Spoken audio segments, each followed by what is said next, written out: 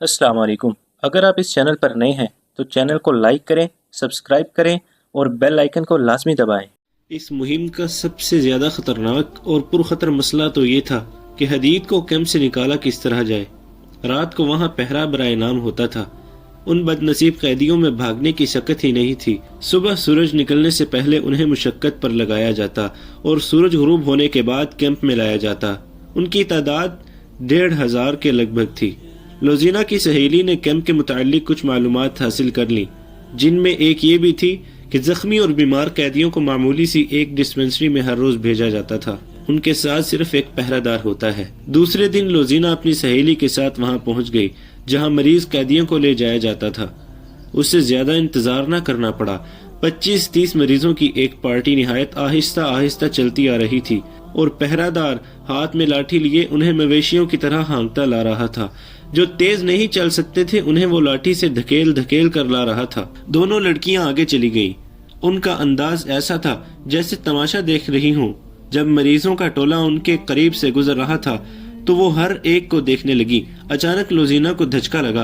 हदीद उसे कहर भरी नजरों से देख रहा था। उससे अच्छी तरह चला नहीं जाता था। उसके चेहरे से वो रौनक और रमक बुझ गई थी जो लोजीना ने जख्मी होने से पहले देखी थी। हदीद के कंधे झुक गए थे। उसके कपड़े खून से लाल थे। खून खुशक हो चुका था। लोजीना की आंखों में आंसू आ गए, मगर हदीद की आंखों में नफरत थी। उसने मुंह फेर लिया। ये मरीज टोला आगे निकल गया तो लोजीना और उसकी सहेली पहरादार के साथ ऐसी बातें करने लगी जिनमें उन मुसलमान मरीजों के खिलाफ नफरत थी। उन्होंने जुबान के जादू से पहरादार को अपना गर्विदा बना लिया और कहा कि वो अजराह मजाक इन कैदियों के साथ बातें करना चाहती हैं। डिस्पेंसरी में दूसरे मरीज भी थे। खासा हजूम था। कैदियों को एक तरफ बिठा दिया गया। लोजीना उनके करीब चली गई और उसकी सहेली ने पहरादार को बातों में उलझा लिया। हदीद दीवार के सहारे बैठ गया था। उसकी हालत अच्छी नहीं थी। लोजीना ने आंख के इशारे से उसे परे बुलाया।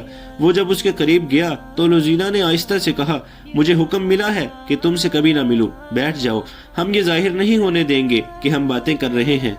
मैं लानत भेजता हूँ तुम पर और तुम्हारे हुक्म देने वालों पर।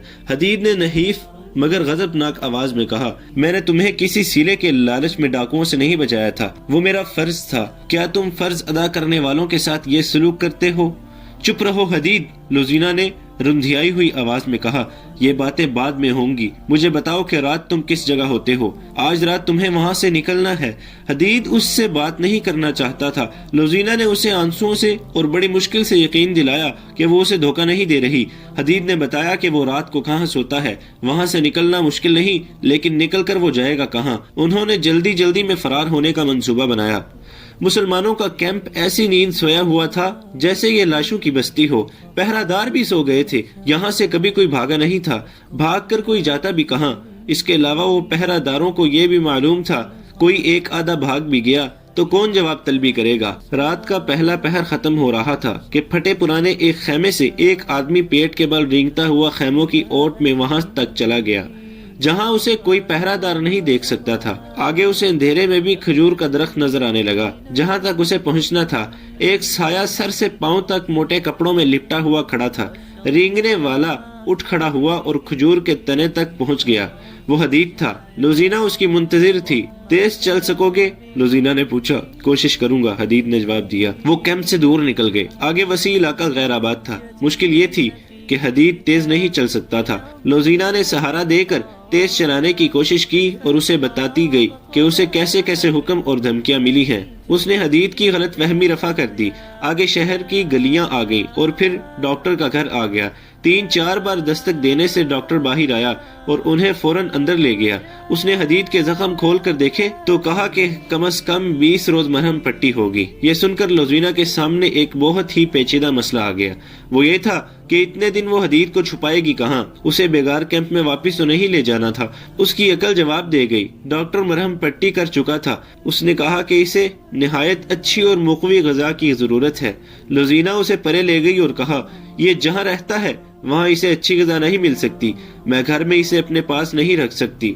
आप इसे यही रखें और जो चीज इसके लिए फायदेमंद हो खिलाएं। मुझसे आप जितनी कीमत और उजरत मांगेंगे दूंगी। डॉक्टर ने जो उजरत बताई वो बहुत ही ज्यादा थी। लोजीना ने कम करने को कहा तो डॉक्टर ने कहा, तुम मुझसे बहुत ही खतरनाक काम करा रही हो।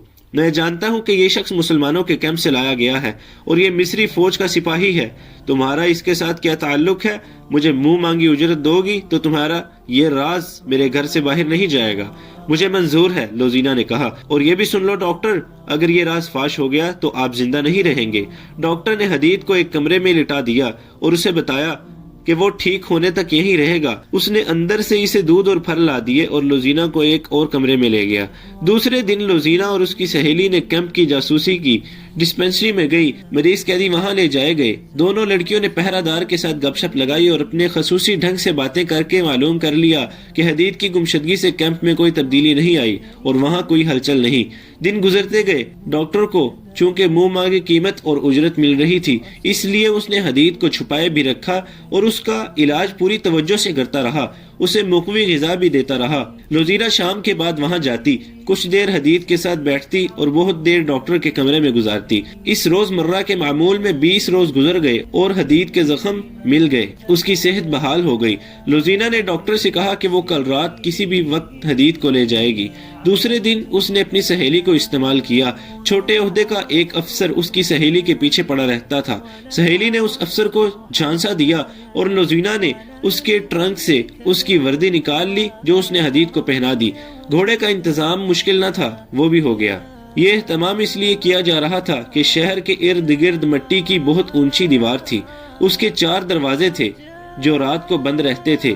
ان دنوں دن کے وقت یہ دروازے کھلے رکھے جاتے تھے کیونکہ سلطان ایوبی کے آنے والے حملے کے لیے فوجوں اور ان کے سامان کی آمد و رفت جاری رہتی تھی. سورج غروب ہونے سے کچھ دیر پہلے قلعے کے بڑے دروازے کی طرف ایک صلیبی افسر گھوڑے پر جا رہا تھا.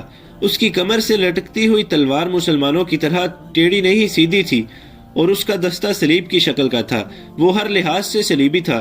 دروازہ کھلا ہوا تھا جس سے اونٹوں کا ایک کارواں رسد سے لدا ہوا باہر جا رہا تھا. ظاہر یہی ہوتا تھا جیسے یہ گھڑ سوار افسر اس کارواں کے ساتھ جا رہا ہو. وہ دروازے کے پاس پہنچا تو صلیبیوں کی انٹیلیجنس کا سربراہ ہرمن گھوڑے پر سوار دروازے میں داخل ہوا. وہ کہیں باہر سے آ رہا تھا. اس نے اس افسر کو دیکھا اور مسکرایا، مگر اس افسر نے مسکراہٹ کا جواب مسکراہٹ سے نہ دیا. ہرمن چند قدم اندر کو آیا تو اس نے گھوڑا روک لیا. اسے 200-300 قدم دور لوزینا کھڑی نظر آئی جس نے ہرمن کو دیکھا تو وہاں سے تیزی سے اپنے ٹھکانے کی طرف چلی گئی. علی بن سفیان کی طرح ہرمن بھی ماہر جاسوس اور سراغ رساں تھا. اس نے فوراً گھوڑا دروازے کی طرف گھمایا اور ایڑ لگا دی. وہ اپنا ایک شک رفع کرنا چاہتا تھا. اس نے گھوڑے کو ایڑ لگائی تو گھوڑا دوڑ پڑا. باہر جا کر ہرمن نے دیکھا کہ جو افسر اس کے پاس سے گزرا تھا وہ اتنی دور نکل گیا تھا کہ اس کے تعاقب میں جانا بیکار تھا. اس گھڑ سوار نے دروازے سے نکلتے ہی گھوڑے کو ایڑ لگا دی تھی. گھوڑا بہت تیز رفتار تھا. ہرمن اسے دیکھتا رہا اور وہ صحرا کی وسعت میں گم ہو گیا. لوزینا نے حدید کو آزاد کرا کے صلہ دے دیا تھا.